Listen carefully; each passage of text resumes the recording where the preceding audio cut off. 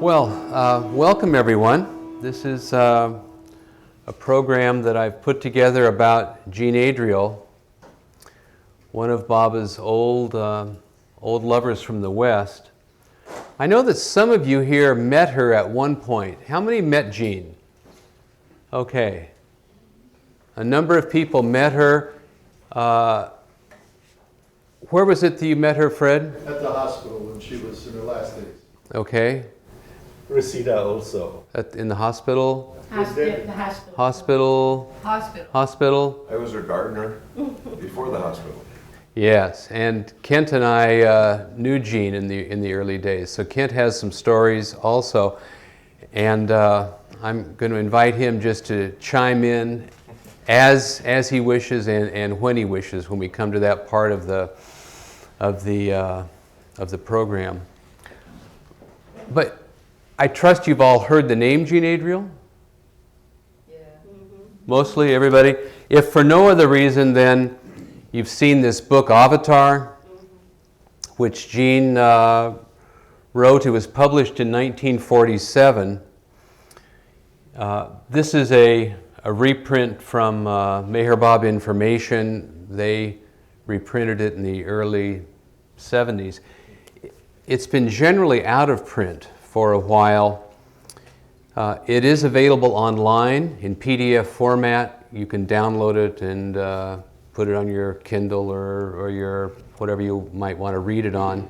So it is available, and I can, if you send me an email, I can even send you the document that has the entire book on it.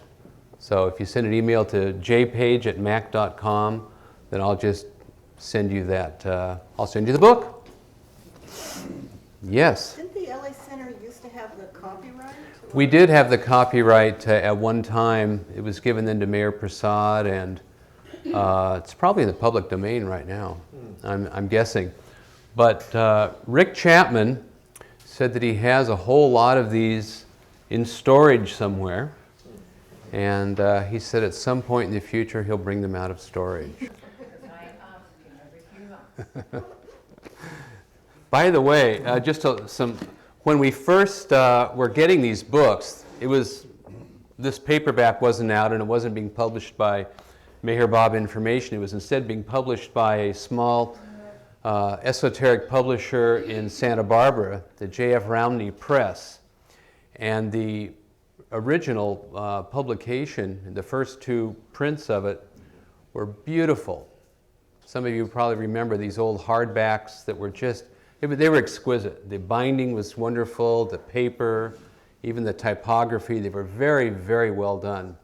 And we were able to get those for a number of years in the early days, in the late 60s and early 70s from them.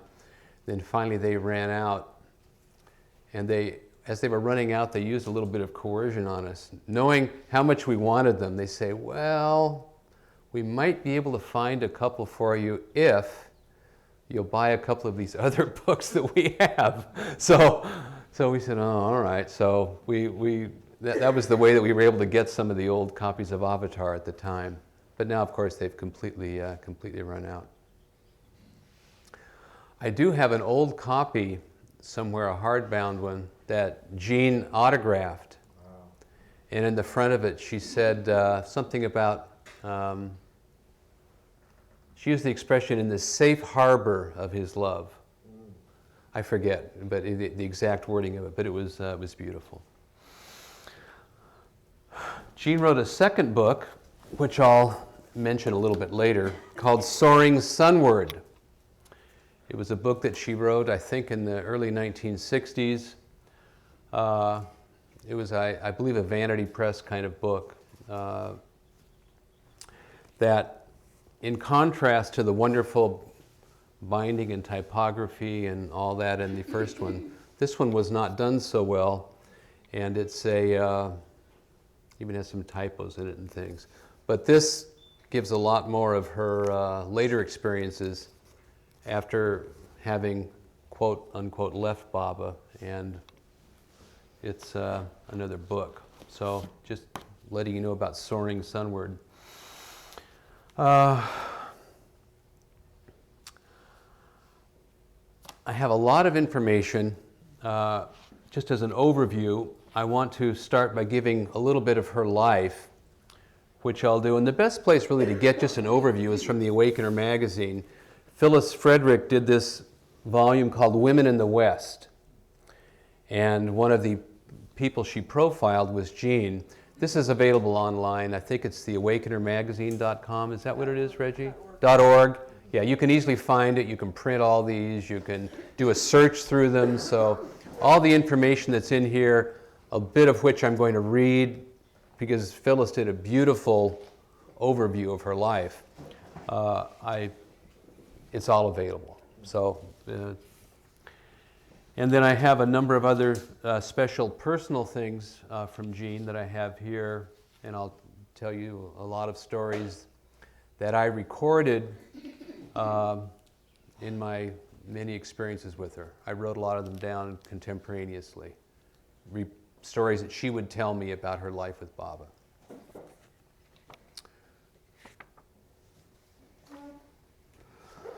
So, I'm going to read for about 10 minutes because it's the best way to get a quick overview of her life. And understanding this will help understand some of the stories that will come later. You know, I forgot really what a very good writer Phyllis Frederick was. And in rereading this short biography that she has in here, I thought, my goodness, she just summarized so many things so well. So this is Phyllis. When I first heard Jean's name, I thought at once of Ariel, the spirit of Shakespeare's Tempest. There was an otherworldly light and sparkling atmosphere around her, probably because she spent so much time in meditation and seclusion, especially in later years. Jean Robinson was born on September 21st, 1892. She took the name Adriel through numerology. She grew up to be a tall, regal blonde with a pleasing voice. As a career, she took up social work in New York City. Later, she married the poet Malcolm Schloss, whom she met in his bookstore, the North Node in New York. Both were widely read in metaphysical subjects and earnestly seeking enlightenment. Through the bookstore, they made many contacts with spiritual seekers in the late 20s and early 30s. These provided invaluable to Baba's first visit to America. In 1931, very suddenly, through a young poet, Milo, a contact was established between the Schlosses and Meredith Starr, who told them a perfect master, Sri Meher Baba, was expected shortly in England. Jean and Malcolm were set to go when a cable came in which Baba asked them instead to make arrangements for his arrival in America. Through a friend, they obtained a lovely home on the Hudson at Harmon. This was Baba's headquarters for a month in November 1931. Jean writes in her book, Avatar, on her first meeting with him, "My most outstanding impression of that first meeting is one of peering into bottomless pools of infinite love and tenderness. As my eyes met his, my heart pounded with tremendous excitement, and for a while, I could not speak. I felt then that in an inexplicable way, he was the reason for my very existence, that I have never really lived until this moment, that he was deeply familiar and precious to me, even as I was no stranger and very dear to him."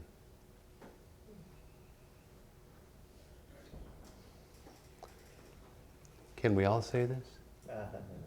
Can't we? I mean, isn't she's really speaking for the hearts of us all. You know, in thinking to those early times too, imagine they lived with Baba in a house a number of Westerners and the few Easterners that accompanied Baba. Just think of the intimacy. The living with Baba on a very relaxed day-to-day basis. The thought of it sometimes just overwhelms me.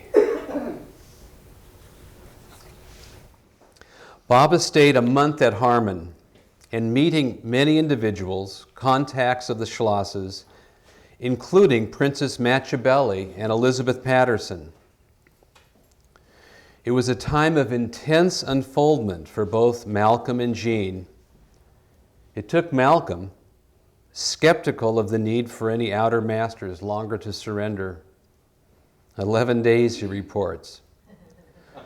Baba named the American group Jean-Co, and it included the Schlosses, Elizabeth Patterson, Narina Machiavelli, Nadine Tolstoy, and Anita De Caro.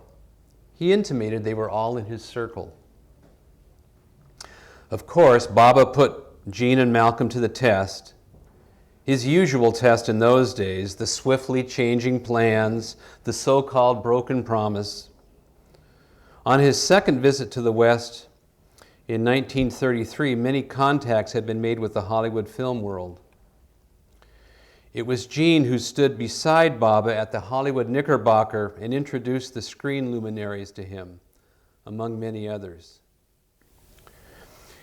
Jean related how here they are. Baba had been meeting many screen stars. Many of them had asked for private interviews and all. But then there was this great gala reception. And here's Baba standing. This is a receiving line, right? Here's Baba standing. Here's Jean right next to him. And it was Jean's job to introduce these people one at a time to Sri Meher Baba. 1,000 people passed in front and met Baba then.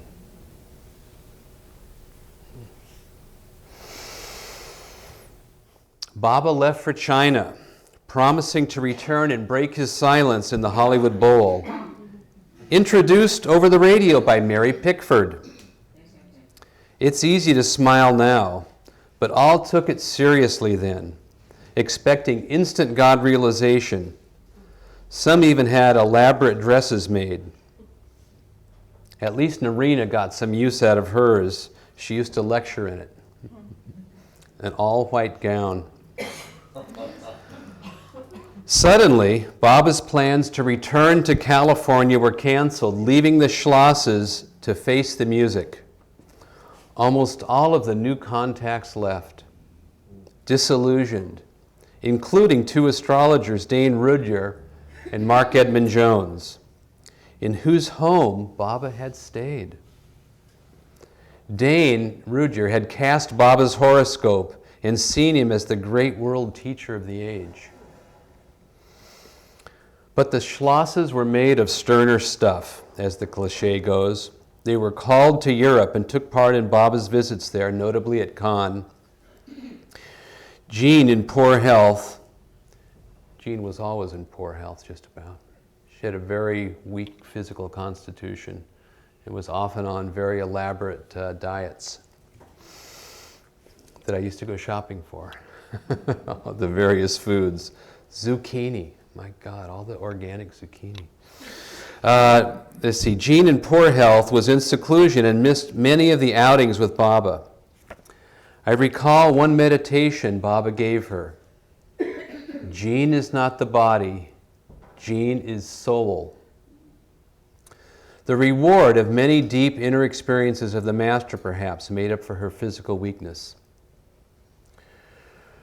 Her background in metaphysics and Jungian analysis stood her in great stead.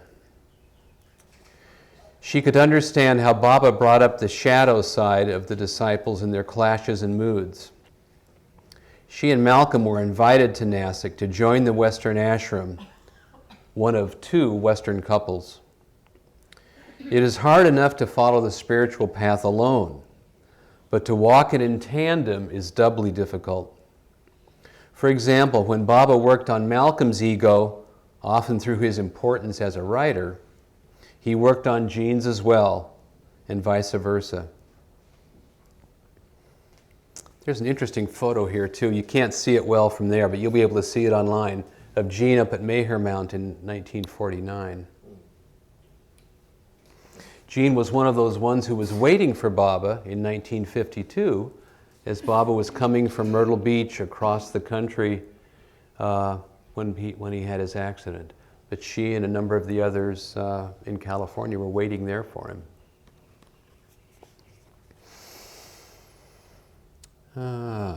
Okay. Also, the harsh climate of India was hard on her health, but Baba showed her special tenderness. Once, visiting a Buddhist temple with steep stairs, he ordered her to be carried up and down. Another time, she was on a diet of watermelon juice, probably her own. She was tremendous on diets, and Baba procured it for her. Jean and Malcolm were in the, quote, meditation group, as opposed to the lighthearted Kimco group. Baba used these temperamental differences, even clashes of opinion, for his work. And one does suspect for his own amusement sometimes. When the Westerners returned to America, Malcolm and Jean amicably separated. Malcolm went on with his poetry and his meditation group in Hollywood. Jean took up writing also, publishing her biography of Baba, Avatar, in 1947. Charles Purdom had written a biography, The Perfect Master, in 1937, but hers was more personal, more intimate, more feminine, if you will. She was criticized for revealing some of her occult experiences. Like Narina, she had many such, and in an effort to understand them, she had studied the metaphysics of her time. The biggest influence in those days was Theosophy and its many variations. Madame Blavatsky had popularized a watered-down version of Eastern thought in the West. It was heavy on, quote, ascended masters, unquote, for example, supposedly in Tibet. Once asked about Tibetan masters, Baba said, "In Tibet there's nothing but wind and stones." Of course, one must make allowances for Baba's sense of humor. When Jean once asked Baba about masters, Baba said, "Masters, masters, I am your God." In writing her book Avatar, Jean queried Baba about mentioning Mara. At that time, Mara and the girls, the other intimate women, were kept from the public eye in every way. I recall in Narina's home, I wasn't even allowed to have a picture of Mara displayed publicly. Baba answered Jean, "No, don't mention her." But then when the book came out, he cabled her asking why she didn't mention Mara. That she was the one he loved the most. As I said before, Baba used Mara as a test for his women disciples. Most soon accepted the fact of Baba's living female counterpart, the ultimate role model. But a role only one, chosen one, can play. It apparently was harder for Jean, and this reversal of Baba's wish about mentioning Mara was a turning point in her relationship to Baba, so she told me. It was then she began to drift away from him and towards an inner master, one of Theosophy's ascended masters. It was in the 40s that Jean Adriel, together with her friend, the movie producer Alexander Markey, found the mountain property at Ojai, California, which they christened Mayher Mount. They'd previously had a property in La Crescenta called the New Life Foundation, I believe, in La Crescenta. Mayher Mount was sort of an outgrowth of that. Through her book and other contacts in the area, many were drawn to visit there. It is a lovely property, about 180 acres, so high one can see the Pacific. Some lovers gathered together there to follow the 30-day silence and partial fast of 1949 that Baba told people to do. including were Marguerite Poley, Margaret Krask, Agnes Barron, who ultimately acquired the property. Baba visited it in 1956. In 1948, Jean and Delia de Leon were called to India for a short time before he began the new life. It seemed Baba wanted to contact some of his Western women again at this time. He also called Narina and Elizabeth. I believe that's also when Murshida Deuce first went in 1948, along with her daughter Sharmi. So a number of them were there. Like the gopis visiting Krishna in his palace, Jean found a Baba quite different from the early honeymoon days. He was more distant, more impersonal. The years of war and partition in India had required different work for the avatar and his circle. And his circle had to share the changes. As her drift from Baba accelerated, it became a puzzle to the rest of the Baba world. But Baba, tender as always, arranged that a group of us sent her financial aid as her poor health continued. She traveled from the east to the west coast several times and also went to France. How many of you, by the way, how many have read the book Avatar? Ah, most of you. Okay, that's good. Quite a few of you knew Marguerite Poley? Many? Most. Okay, good. Well, Marguerite was an old friend of Jean's from the early days. And she wrote this, actually I think I'll take it from here instead of here.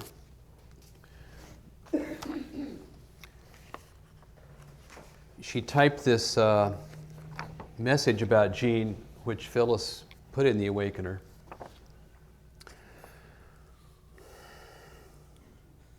She wrote this in 1983. This was a year before Jean died.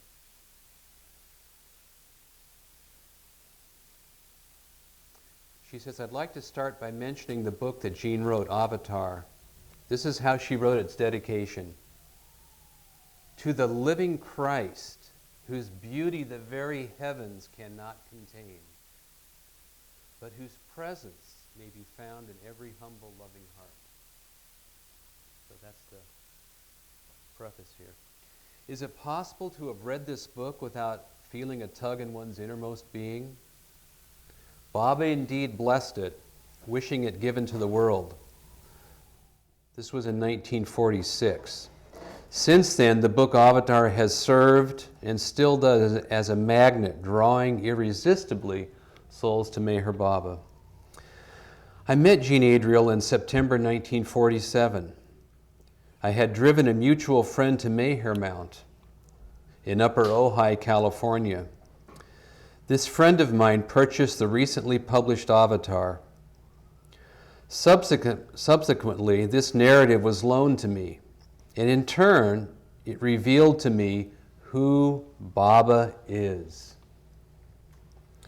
Through correspondence, I became more and more acquainted with Jean, also seeing her quite often and driving her about when she resided at the Highland Hotel in Hollywood.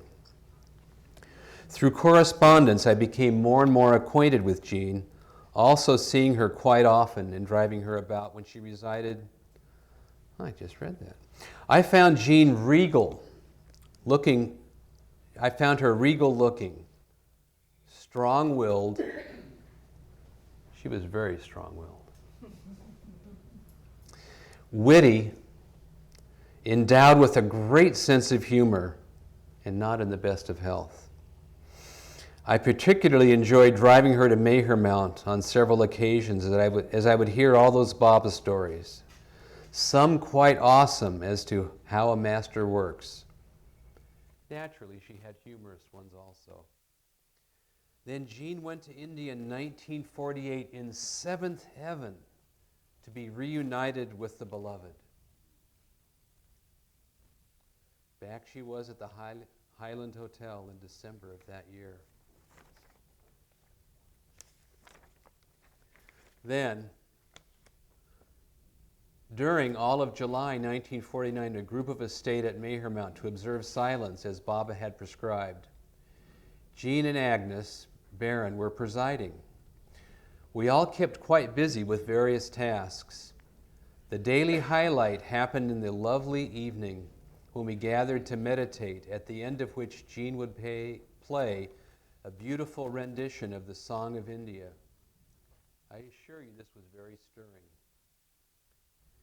It was when Jean decided to go back east that she asked me to purchase name lists in order to sell her book, which I did for some time. And I was also in charge of collecting monies for her support monthly. As no doubt you know, Jean drifted away from Baba. And as you also know, Baba has said all happenings to be by his will. Not only that, he also declared that even those who were against him were serving his cause. When Jean told me in the early 50s that she was leaving Baba, it came as a great shock. First, she said, "No true master would declare, 'I am the highest of the high.'" I talked with Jean about that. It's an interesting story. She said, yeah, no true master would declare, "I am the highest of the high." Where's the humility a master should command? A lot of people had a problem with Baba saying that, by the way, but that's another story. She also confided she was hurt because Baba had not chosen her for the role Mara holds. This happened to others, she wrote. It hurt. Jean telling her this hurt Marguerite. How could she refute Baba? Now that I am older and a little bit wiser, thank you, it would not hurt like it did then. Now Jean did a lot of traveling from the United States and Europe, back and forth, England, France especially. We kept in touch. Jean and I had a visit at her apartment near Western and Hollywood Boulevard. She had composed some songs in regard to her inner twin soul. I'll get into that in a little bit. She composed songs in regards to her inner twin soul and accompanied herself with the auto harp. She had a melodious voice. We had tea, and just as I was leaving, I mentioned that perhaps I would go to Myrtle Beach for the upcoming Savas, upon which Jean said to me, "What for?" This incident took place in the spring of 1958. I left, once more heavy-hearted for Jean, but Baba got me over it. I had to learn to let things be. It's a life lesson for all of us, isn't it? Jean had moved when I returned from Myrtle Beach. To obtain the new address, I contacted her friend Evelyn Blackshaw. Does anybody remember Evelyn Blackshaw? Steve does. All right. I have an interesting story about Evelyn, too. Evelyn Blackshaw. In replying, Evelyn said Jean no longer wished any contacts with Baba people. So what did I do? I hunched my shoulders and just felt, so be it. So there's now a lapse of 17 years till seeing Jean again in 1975 after she had suffered some strokes. That's when she came to live with Judy and me, which I'll tell you about. To my knowledge, and since 1975, Jean has moved 19 times, including various hospital stays. In spite of brain damage, Jean can astonish one with glorious lucid moments in which she seems to dwell in another realm. The reverse can also happen. Her eyes sparkle at mention of Baba. For yes, Jean has reaccepted Baba. Surely visits from Baba lovers have made impact in heart-to-heart contacts. I wish to thank all who have visited Jean. It was not easy to be laying in bed in a wheelchair. And it was about a year later that Jean died. So it was with that basic background about Jean, and there's a little more in the book, in The Awakener, that you can get online. it was with that basic background that I first came to know that there was such a person, Jean Adriel. When I first came to Bob in the late 1960s, one of the first books I read was Avatar, as was true for many of us. It was, and I remember asking, well, this lady, is she still alive? And I was living in Los Angeles, of course, and I heard, oh yes, she is. She even lives here. I said, well, does she ever come to Baba meetings? And so, no, Jean doesn't. And the story on her, the line on Jean was that she had left Baba, that she was sort of considered by many an apostate, a Judas, a scourge in the Baba community, and her name was hardly mentioned without that sort of a feeling. So, God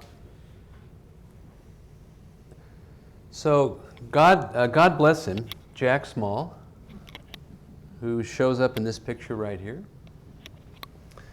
thought he was going to hunt Jean up. I'm not sure how he found out where she was living.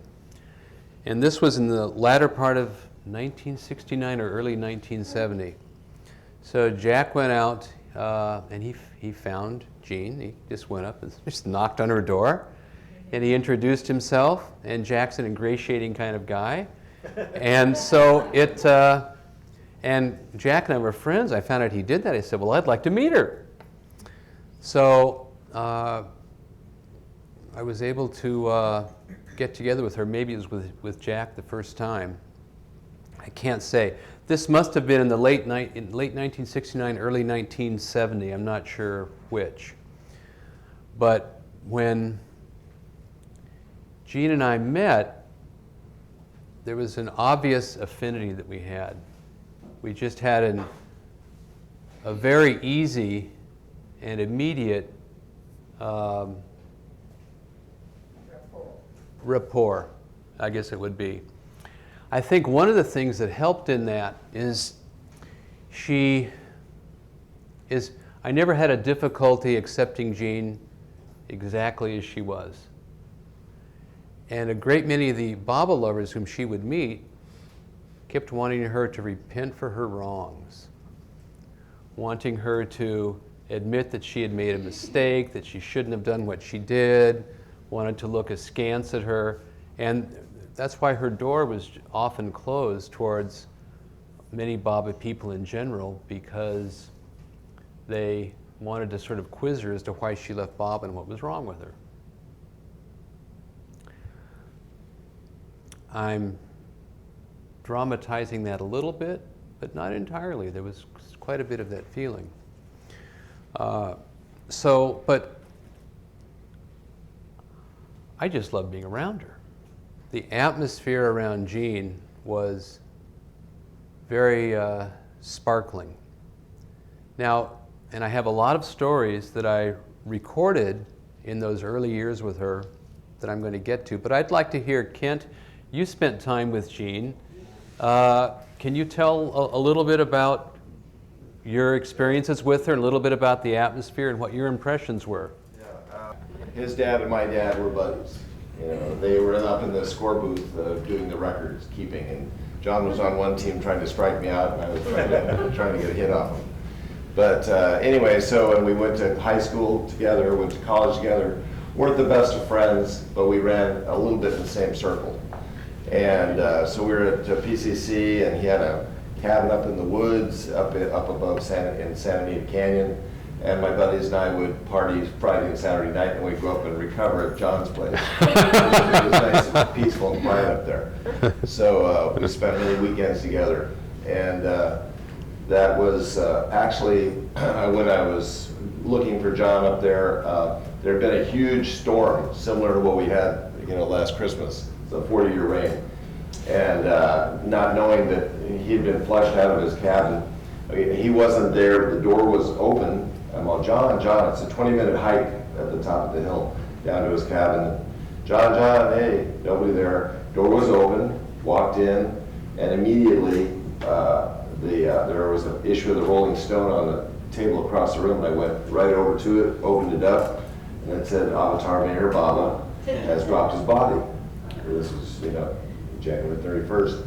And I go, I don't know who that is, but now I got to find out what. And I had heard a little bit that John had opened a bookstore, so in Pasadena. So went down there, found out about Baba, read everything. Had our early Friday night meetings down there, listening to Don Stevens and the discourses. Slowly but surely got the Avatar, read that. Found out, I don't know how Jean ended up. She eventually had to end up in Pasadena because she moved every 6 months, it sounded like. But so she had a little tiny cottage in Pasadena, and she needed a landkeeper, a gardener. So I ended up, I would like to do that, So I got to spend a lot of Saturdays down there. So I'd work during the week, and then on Saturday I'd go do her gardening, and then she was had worked with C.K. Young, in dream analysis. And I was having a lot of dreams, and she said, "Oh, this is what you do. You every night have a little booklet next to your bed, and you write down your dream because you're working on your subconscious." So forth. I was a psychology major at school. So this is fantastic. This is great. And the dreams would get more involved because if you don't write them down and you don't analyze them, you repeat the same dream over and over and over. So then these dreams were getting really fantastic. I go, man, this is better than being awake. I should sleep more often. So anyway, but she would sit there, we'd have her tea, and I'd do her gardening, and she'd tell me stories. And so we got to spend a lot of time together. And obviously, the energy, I haven't met the mandali yet, but I would say it's almost similar to the mandali, just that pure light. So, lucky guy. Yeah. And then, Oh, go ahead. Well, I was just gonna say, John never told you about Baba, when you were just friends, when he had already started the bookstore? not really. No, we all had similar buddies, and he was off, and I was not a God, fearing person at the time. I was just having a good time, and but spiritually, we were all looking for something, So I don't want to blow John's cover here, but go ahead. He was always an angel. Wait, let me fluff my wings up here. He was flying down with us there for a while. Ixnay on the Ori stays. We'll keep it light here. But and John can fill in some of these gaps because I was you're in infatuation, you don't always get all the facts straight. But I remember she lived in a little back cottage, and then I remember moving her. I don't know if it was to your house, because when she did have a stroke later, John took her in, and there was it's an exhausting process of taking care of a person from stroke, as some of us know. And we took turns with the night duty, and I volunteered also at the bookstore and at the night duty. So, you just sleep on the floor outside her door, and if she had to get up and go to the bathroom in the middle of the night, you'd help her in the bathroom, which was, completely, embarrassing for her, but it was a necessary evil, There were only so many girls that could do it, and she didn't mind me because she knew me quite well. So, anyway, so we helped, I helped a little bit in her recovery. John did the majority of it. One day at Nassik, the women were sitting around Baba, and he brought up the time when he was going to break his silence at the Hollywood Bowl. This time in Nassik was a few years after the Hollywood Bowl incident. Would have been 4 or 5. Baba said to them, "Ha! Imagine you're believing that I would break my silence there." He was making fun of them for being so gullible. He then turned to Jean and said, "But you never believed it, did you?" Jean silently shook her head. Many of these women had God realization dresses made at the time, and thought that after Baba broke his silence, they would all be part of a parade down Fifth Avenue in New York, honoring Baba, traveling in an open car with him. That's true, they did. They believed that. And of course, who was the one encouraging them and instigating them? our friend, Meher Baba.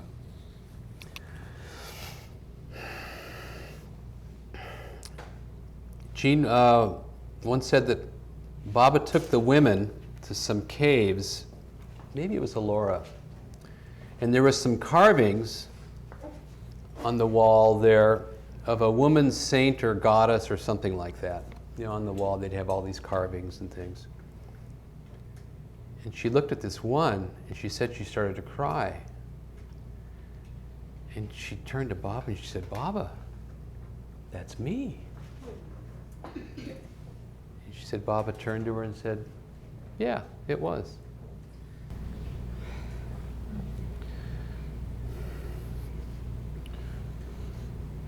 Did she ever say the name of the person?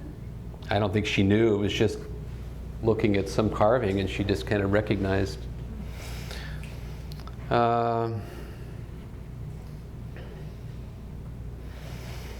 Narina was giving a public talk in New York City at which Jean was in attendance. Narina used to give public talks there. She was using her spiritual thought transmission in which she would supposedly be channeling Baba's thoughts. And Jean and a lot of them would go to these. But she said that often when Jean was in that state, that some odd things would come out. She said that Narina looked at some man in the audience and said, "Although this man has sexual organs, he does not use them for sex."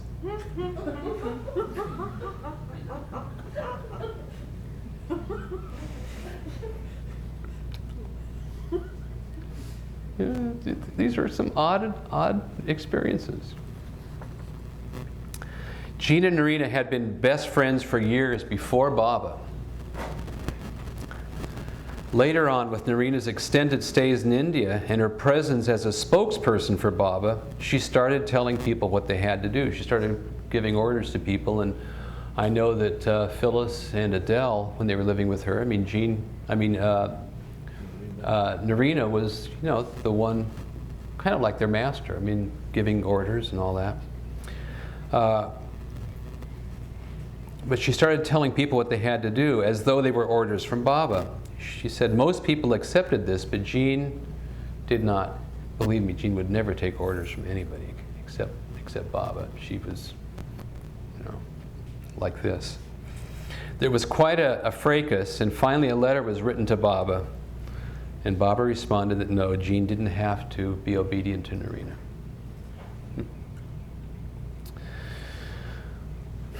She said that Baba told her when she departed from him in 1948, "Thank me only for the pain." Those were Baba's parting words to her there.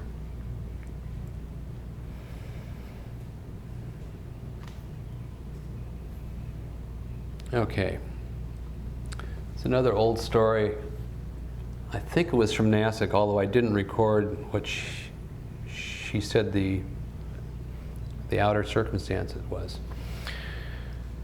She said that she remembered with Elizabeth that Elizabeth was Queen Elizabeth and that she, Jean, was Mary Queen of Scots. She just said she had that memory. So she said one day, Baba said to Jean and Elizabeth there, "Okay, I want you to give Elizabeth a haircut." And she said Elizabeth's got this look of terror on her face. Now keep in mind that Queen Elizabeth had Mary Queen of Scots' neck sliced off, right? Had her head cut off. So here, yeah. So she said Elizabeth was just scared to death. And it isn't that, I mean, Jean never said or made out that she was a hair cutter especially, or I don't know that she'd ever even done it before. But I get the idea of you know, hitting Elizabeth's deep subconscious of this. Yes, she said, so she followed Baba's order and gave a little, as much as Baba had directed, this little bit of a haircut. And that was over. as far as she knows, Elizabeth didn't understand the background of that.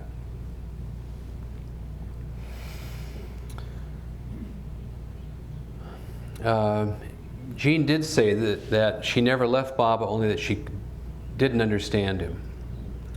And she said that when she last left India, she knew she would never be returning.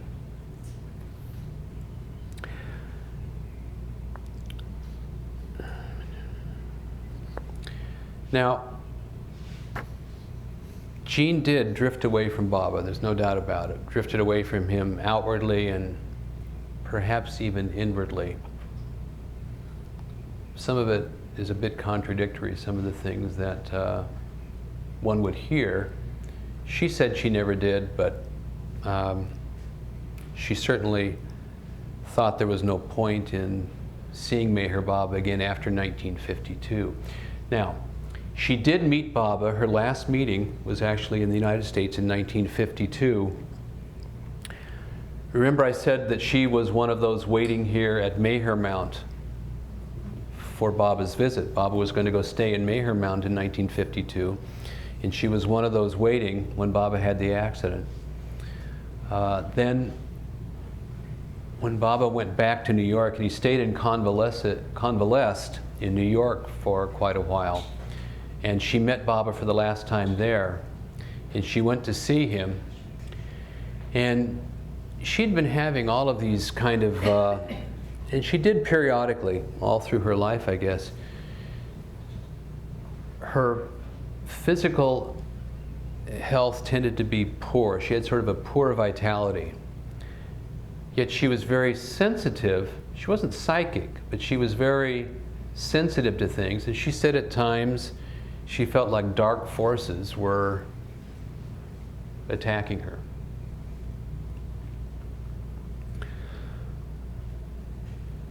So she said, and she'd been having some of these experiences before she saw Baba in 1952 in New York. She said, so she met Baba there, and at one point in the meeting, she said, Baba, she said, I feel like I'm losing my mind. She said, I feel like I'm losing my mind. And Baba said, I promise you, you will never ever lose your mind. And then she said he turned to the men who were sitting there, to the men Mandalay, and he said, have any of you ever heard me say that to anybody? They shook their heads, and he repeated it again, I promise you, you will never lose your mind.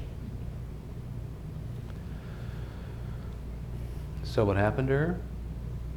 She kind of lost her mind. Later, she had a couple of strokes, and I'll tell you about that. She had, so I used to drive out to her apartment quite often in the early 1970s, and would visit with her and shop for her and things like that. And she was in fine shape. She was able to get out and go shopping, and she'd especially like to go to Ralph's because she'd get on one of the carts, and she said it was kind of fun. The cart would sort of pull her along. It's kind of like a ride, you know. But she, you know, we'd go and shop. Then sometime, and there were a lot of other, mostly the people she knew and was friends with were non-Baba people. There were a lot of people, even when she was living with us up in Altadena, who would come and visit her, people who we'd never met, but through her other contacts and her other old friends. But she had a couple of small strokes. It was obvious at one time when I went to visit her that she wasn't quite the same. Something had happened, and she knew it. So Judy and I convinced her, come on, you can come stay with us. We had a house then up in Altadena, and so she agreed, so we moved her in there.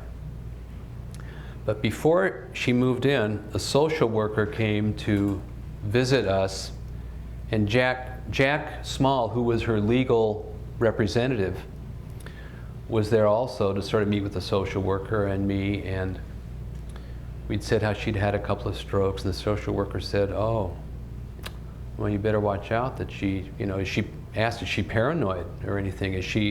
Has some of that, has any dementia set in of that sort? We said, no, not at all. So Jean came to live with us, and as Kent described, you know, we would help do night duty and other things for her, and, you know, fix food. In fact, Sonia Valentine's mother, what was her first name? Gwen. Kathy. Was it Gwen? Gwen. Gwen. First Kathy, and she changed it to Gwen. Okay. Ah, there we go. Came and helped a lot. She was there helping a lot. And then, but at some point during her stay with us, she started to get the impression somehow, paranoia started to strike. And she thought that, I didn't find out till later, but she thought that Judy and I were stealing her money and were using it to fund the Montessori school. So she got that into her head, and if you've been around people who've had strokes and sometimes the paranoia can strike, you know, it's just insidious, and it's not amenable to anything rational, of course. It just kind of happens, and there's a deterioration, and sometimes they may be fine, and other times they're just off the rails. And so she decided she was going to move out, and she moved into an apartment with a friend of Kent's, Marcia Eberlin. Yeah. Yeah, and that was the last time I saw her. I didn't see her after that, even in the time that she, and I don't know how long she lasted with Marcia, but then she ended up going to a series of convalescent hospitals. She was on some kind of public assistance.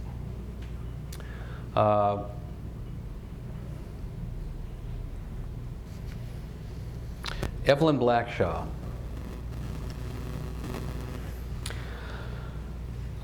So Evelyn was an old friend of Jean's, and she was an old Bible lover from this area, and a few of you knew her or met her, and Phyllis knew her, of course. She had been a follower of Sri Ramakrishna's. She used to go up to the Vedanta temple, and she'd heard of Baba. She'd come to accept Baba. She went back in 1952, and she knew Jean. She went back in 1952 to see Baba. And she said when she walked in to see Baba, she saw the little baby Krishna floating on a cloud. That's what she saw. But as part of the interview with Baba, she said, you know, Baba, people say that Jean is Judas. Baba said, no, not Judas, a jewel in my crown. And that's a story that, that she told, Evelyn.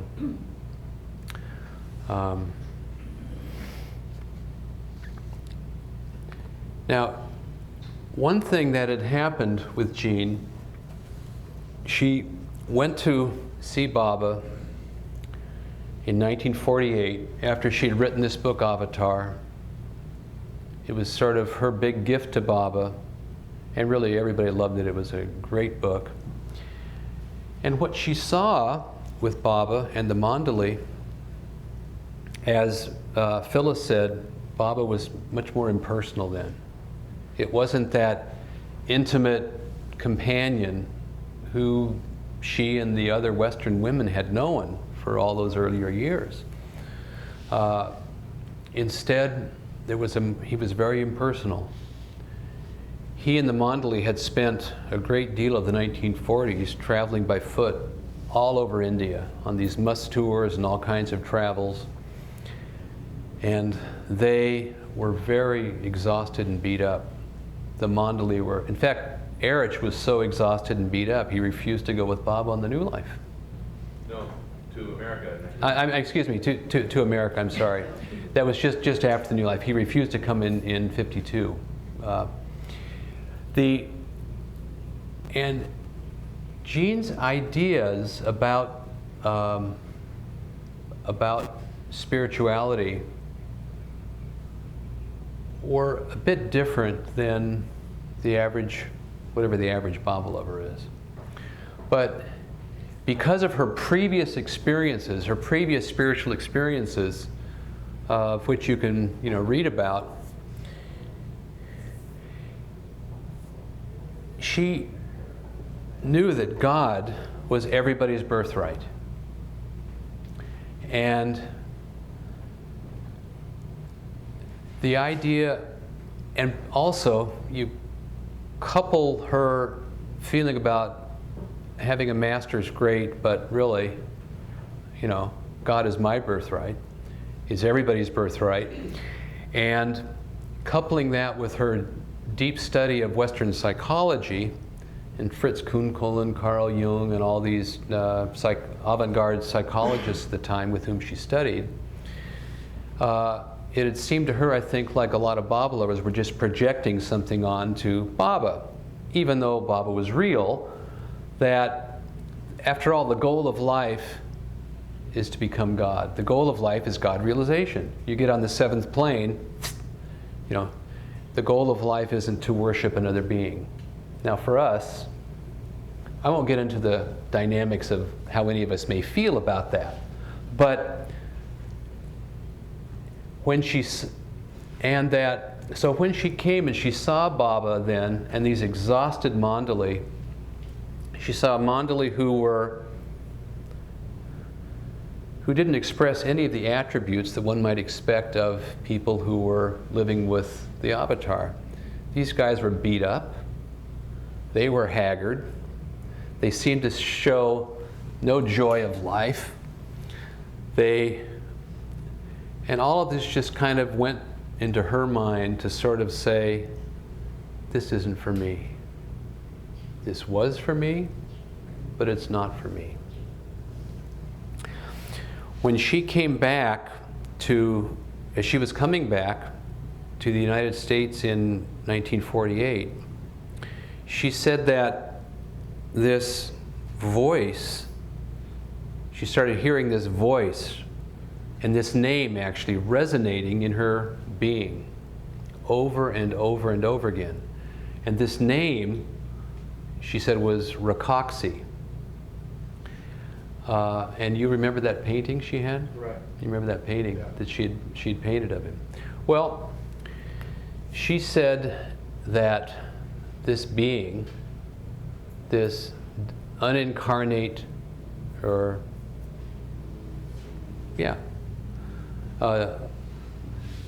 non-physically living being, was a perfect being and was her twin soul.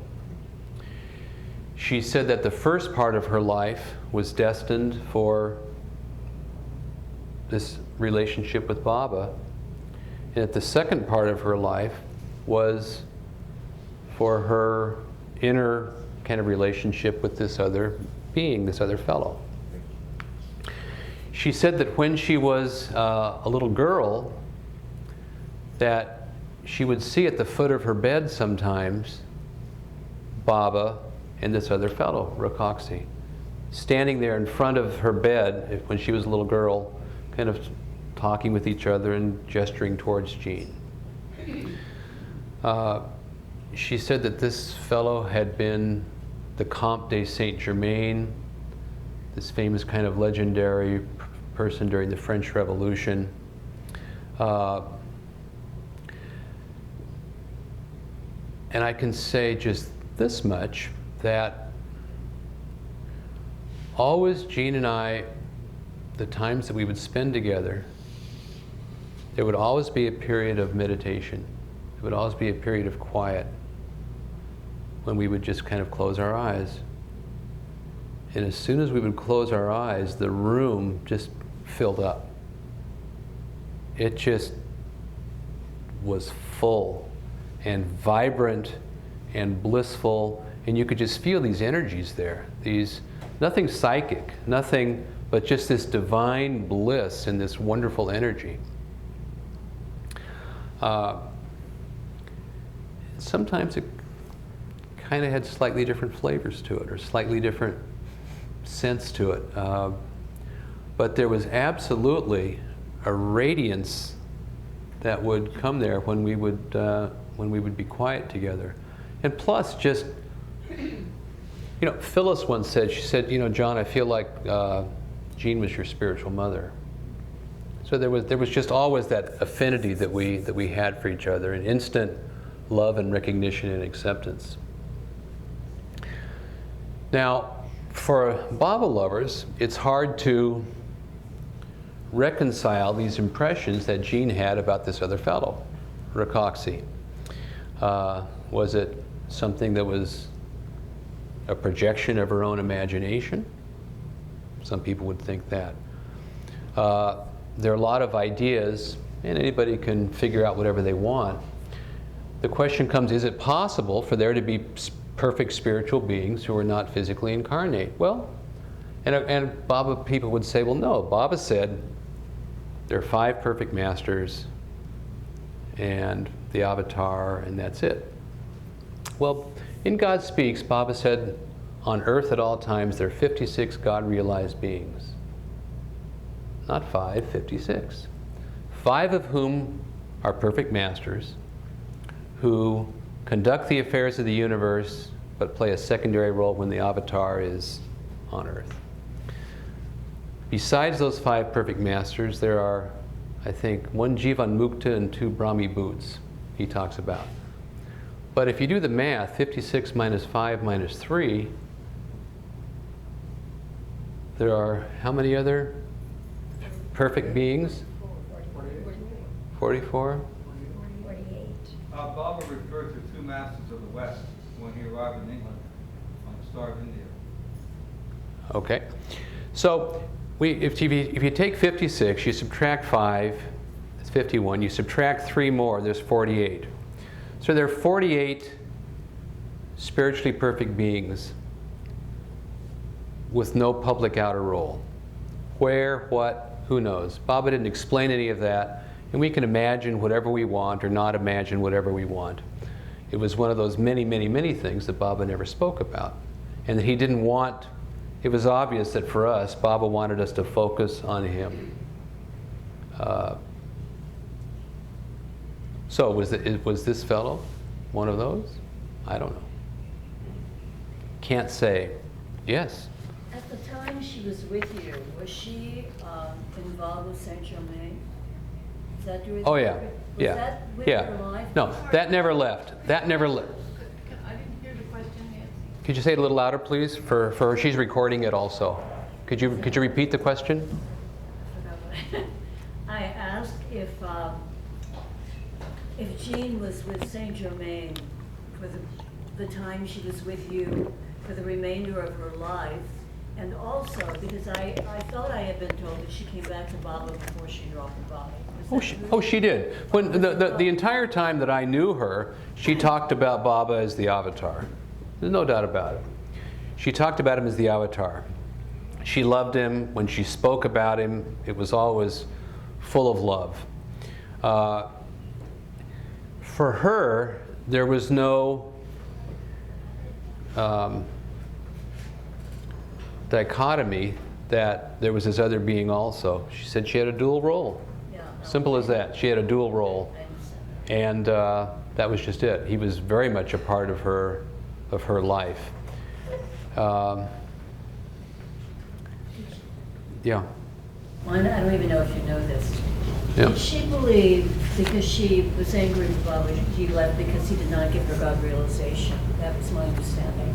But then did she believe that he just did not, or that he was not able to, or she was seeking other realms, or do you know any?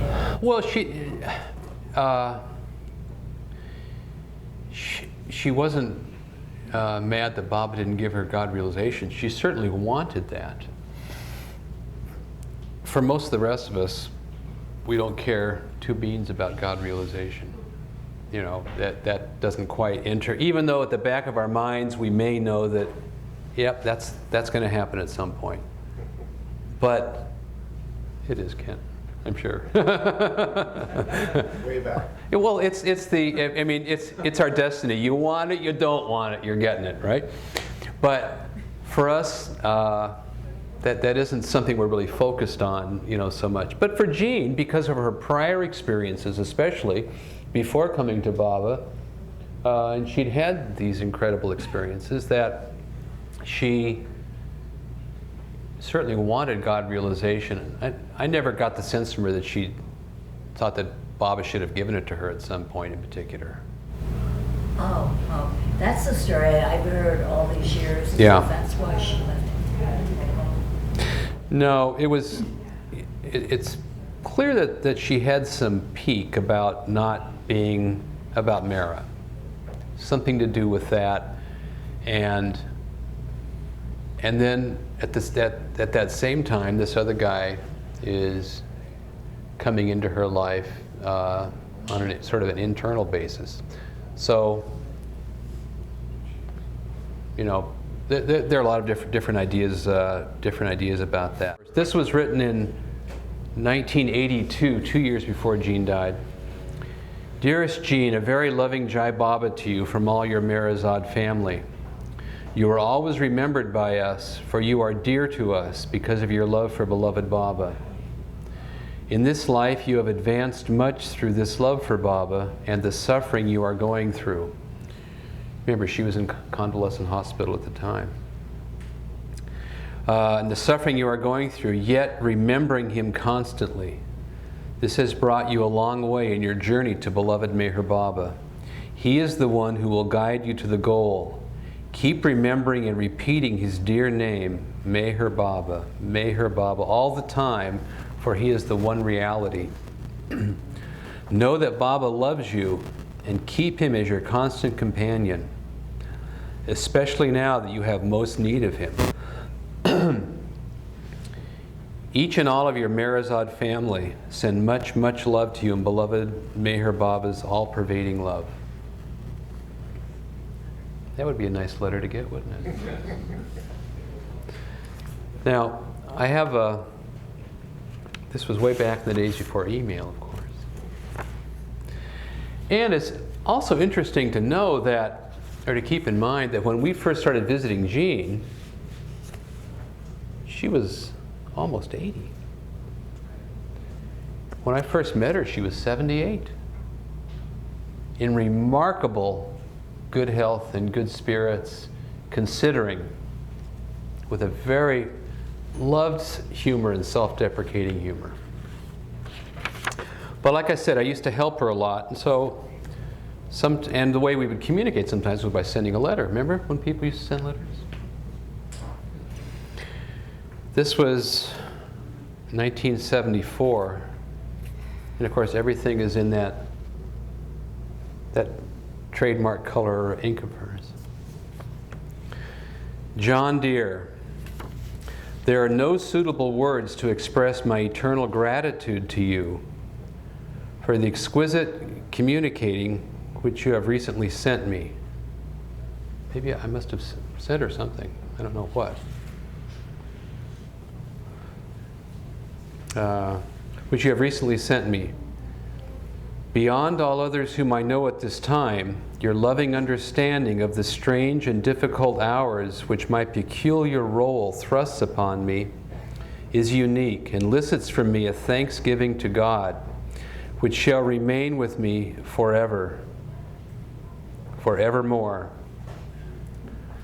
Passing through the plains blindfolded, as dear Baba puts it, I can now understand is not only essential to one's safety, in that one does not get entangled with intriguing bypaths, but one is safeguarded in many ways, not the least of which is any tendency to ego inflation.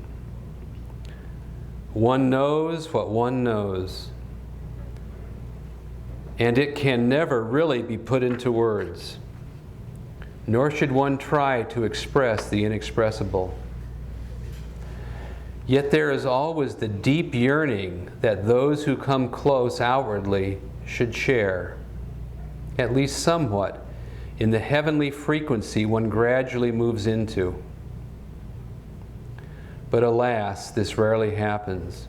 And so I repeat, dear one, I shall never forget the solace which your blessed insight into my strange and difficult role bestows upon my yearning soul. To be divinely in love with God is indeed the supreme objective. And since you write that those who are close to you already feel the water of divine love which floods your banks, you, dear, dear John, are surely one whose destiny guides your feet to his sacred presence. And when your hour comes, I shall be there to welcome you home. It is very strange at the moment. I cannot think or plan even a day ahead, but I shall keep in touch. Hold with me the banner of divine love. Jean. Isn't that a beautiful letter?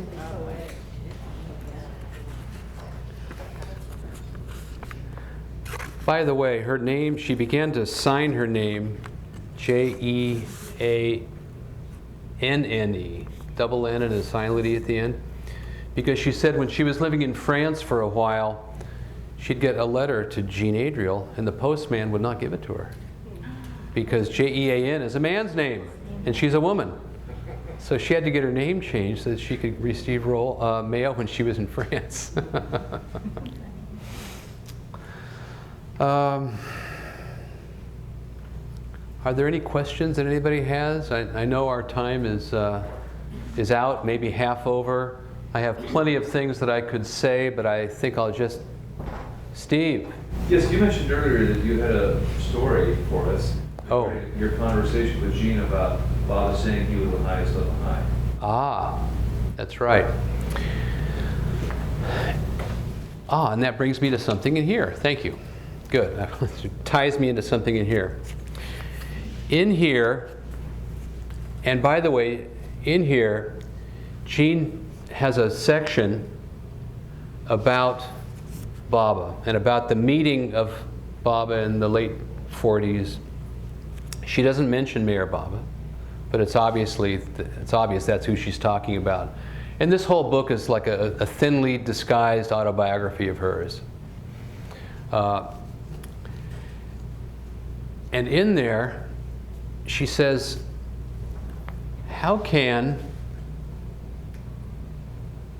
where's the humility in saying, I am the highest of the high? A divine being should be the most humble of the humble. That's not humility. That sounds like bragging or boasting. How can that be? And many people had a hard time with Baba saying that. And of course, Baba answered that. After that message of the highest of the high that he gave, he answered that by saying, for a man, it is only natural to say he's a man. Would you say, oh, I'm not really a man, I'm just, or a woman or whatever. It's just a natural statement about your nature. He said, when I say I'm the highest of the high, it is just a true statement of who and what I am. It would be an assumed false humility for me to say anything other. Well, for Jean, she just couldn't accept it. She could not accept it, and that was a roadblock for her. And she thought, this just didn't fit in with her ideas of what a master should be. And many people over the years were, and actually that was one of Baba's techniques with people, was to behave in such a way that encouraged them to have difficulty and to leave, be one of the tests for people. But she just couldn't accept that. Now, she told me that there are parts in this book that she would, if it ever got reprinted again, she wanted them changed. She said she was sorry that she had written some of the things that she wrote about Baba. And that if it were ever reprinted, that she would wish that they were changed. And so she told Jack that too. I don't know that either one, I'd have to go through here and see if I can remember the paragraphs, but there were some paragraphs that she wished she hadn't said. So. Is that Avatar? No, this is in Soaring Sunward, the second book that she wrote. No, you don't need to change a word of this book. But in here, there's a small part in this whole journey about Baba, and she, you can see she's having a hard time trying to understand things. And she did say, you know, I just didn't really understand Baba. I love him, but I didn't understand him, at least that part of it. Later, in later years, that part seemed to even wash away itself, that I didn't understand him. Whenever she would talk about Baba, her face would light up, and she loved telling stories of love for Baba and the ways that he worked and all. John, was she somewhat, I guess he said she more or less was a spiritual person, not psychic. In other words, did she like look at you and say, John, No. see your aura? No, She no, wasn't that kind no. She had no abilities like that whatsoever, even though she had had a lot of incredible experiences. She had no psychic abilities. In fact, most of the communication that would come to her from this being Rakoxi, I wonder if that could have been Kwanzaa Kazir. I don't know. Kwanzaa Kazir is the one that appeared for, remember when that woman was being, whatever. And it's in the Nothing and Everything. Most of the communication that would come for her from him would come through people like Evelyn, or there were some people who just kind of would get stuff and give it to her. So she didn't have the ability to directly communicate much with this being. Most of it came through other people she knew who had some psychic ability or had some ability to But you say communicate with the other side, so to speak. She was a great receiver, though. She had a great ability to absorb this information, like from Norina connecting with her, probably. And, you know, so. Yeah. Jean was obviously a very, very sensitive person, physically very sensitive, but she was also very powerful. I mean, she was very powerful in that she never demonstrated any power, but you always had the impression that there was a great unspoken reserve that was there. Do you know what I mean, Kent? Mm-hmm. Yeah. Yeah.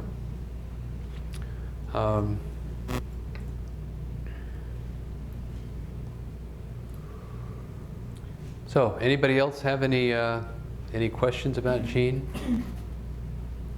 Yes. You were saying the avatar is available through PDF file. Yeah. It's out of print. It is pretty much out of print, yeah.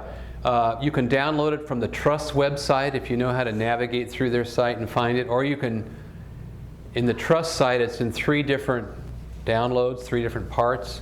I have it all together in one. And if you send me an email, oh, do you have some? Afsani has 2.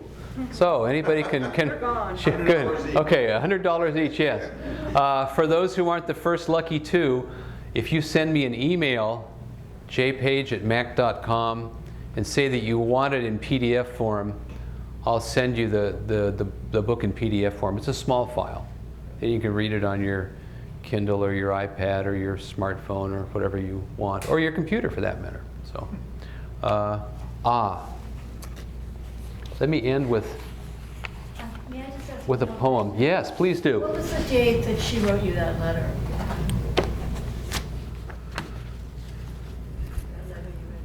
Well, the postmark is April 18th, 1974. Oh, This one. Yeah, I have a lot of letters at home, but this one was then. okay.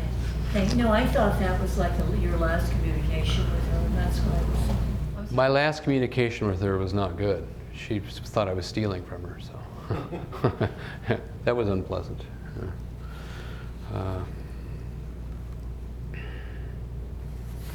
Well, there are 2 things I want to read. 2 poems. One is from Baba, a wonderful poem that he wrote to Dr. Donkin. But this first one is just the lyrics to an old song. And these lyrics, when Jean would tell these stories of living with Baba, it would bring into my mind this very intimate and tender time that these early ones had with Baba. Living with him day in and day out. The intimacy, the sweetness, the love affair that they had with Baba. That divine, personal, physical, embodied love affair. There's an old song that the Platters made famous called My Prayer. I'm going to read the lyrics. When the twilight is gone and no songbirds are singing, when the twilight is gone, you come into my heart, and here in my heart you will stay while I pray. My prayer is to linger with you at the end of the day in a dream that's divine. My prayer is a rapture in bloom, with the world far away and your lips close to mine. Tonight, while our hearts are aglow, oh, tell me the words that I'm longing to know. My prayer and the answer you give, may they still be the same for as long as we live, that you'll always be there at the end of my prayer.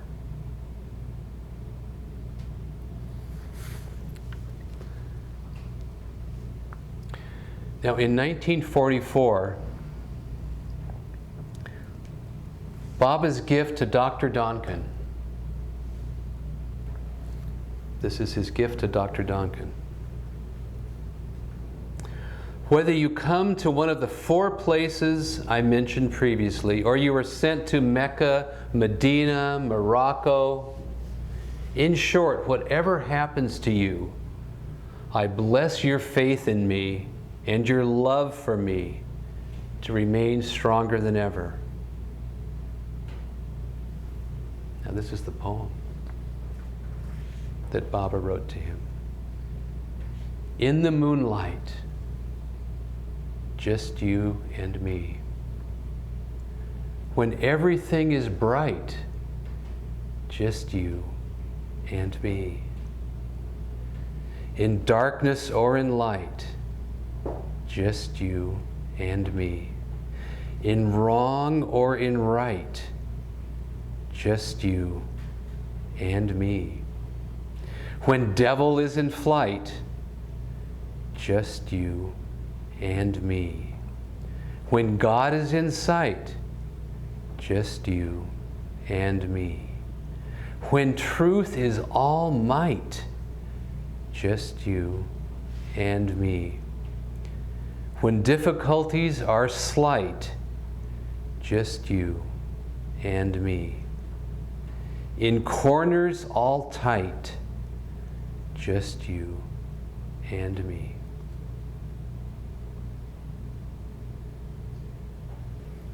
Jai Baba. Jai Baba.